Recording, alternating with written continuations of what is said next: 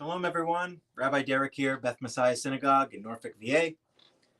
We are counting the Omer every day with our daily devotional here, live streaming on Facebook and YouTube. Today is Omer Day 23, which is 3 weeks and 2 days of the Omer. I'm going to bring your attention to Matthew chapter 12, the end of the chapter, 46, verses 46 through 50. It says, "Now while he was speaking to the crowds, behold," speaking of Yeshua, "his mother and his brothers were standing outside speaking to him. And someone said to him, 'Look, your mother and your brothers are standing outside seeking to speak to you.' But Yeshua replied to the one who was telling him and said, 'Who is my mother and who are my brothers?' And the one who was telling him said, and extending his hand toward his disciples, he said, 'Behold, my mother and my brothers. For whoever does the will of my Father who is in heaven, he is my brother and my sister and my mother.'"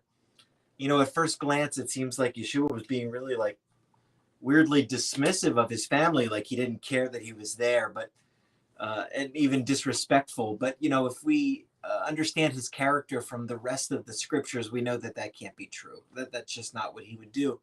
I'm sure that right after he said what he said, he welcomed his family in the usual loving way. What he was doing was taking the opportunity for a life lesson, as any good teacher feels the need to do whenever they can.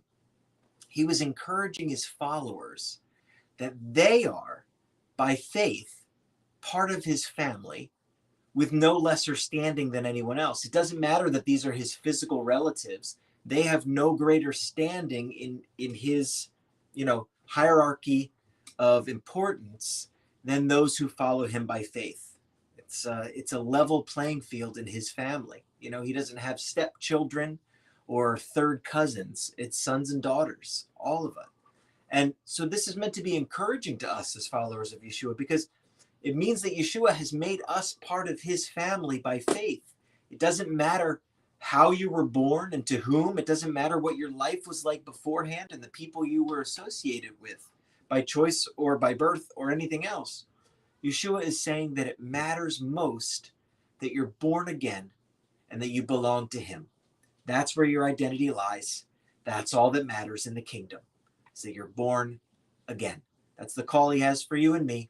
If you are born again, you can rejoice. If you don't know that you've been born again, talk to him, because he wants to make that clear for you. He wants you to be a son or a daughter. I promise you, it is the best decision you will ever make, ever, ever. You get a new identity, a fresh, clean start.